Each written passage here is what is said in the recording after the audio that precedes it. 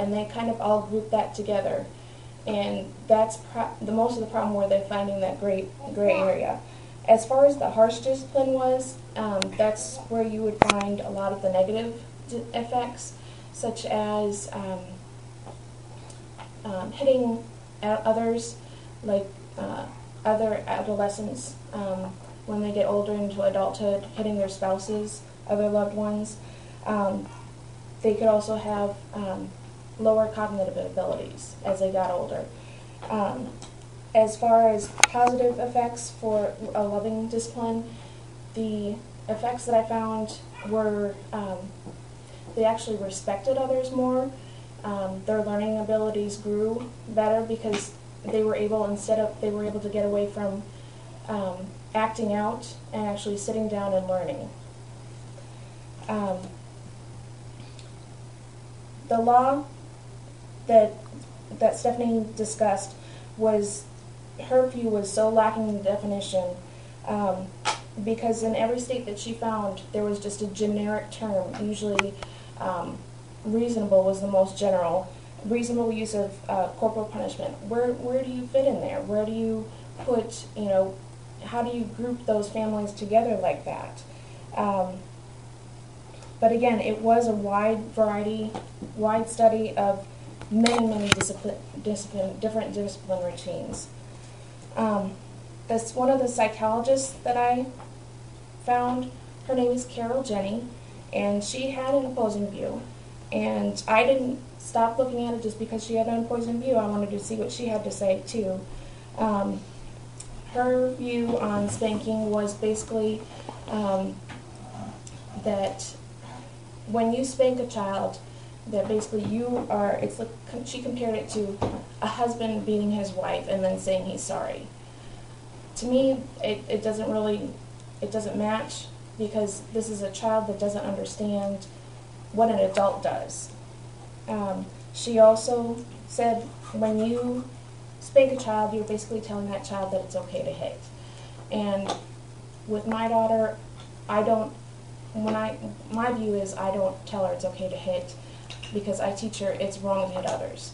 And when I spank her, I'm not doing it out of hate or anger. I'm doing it out of discipline, out of love. I also found the psychologist Gregory K. Fritz, and his view, he kind of went along with mine.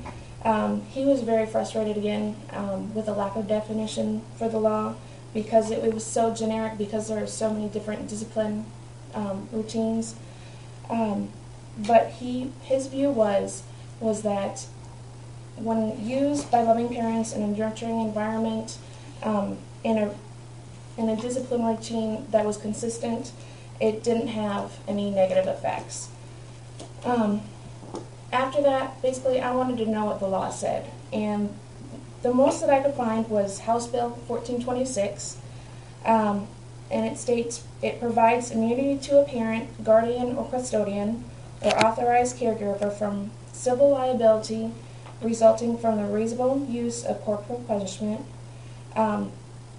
That is the law right there. That's basically why there is so much gray area, because it doesn't tell you, well, this is okay for this family. It groups everybody together with lots of different cultures in there, and it's very, very gray.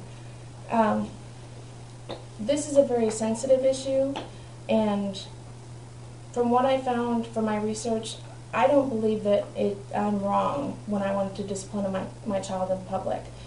From what the law states, and from the research that I found when I looked onto the different court cases, theirs was a lot harsher than my discipline routine, and that's why I view that this is a good way to go with my child.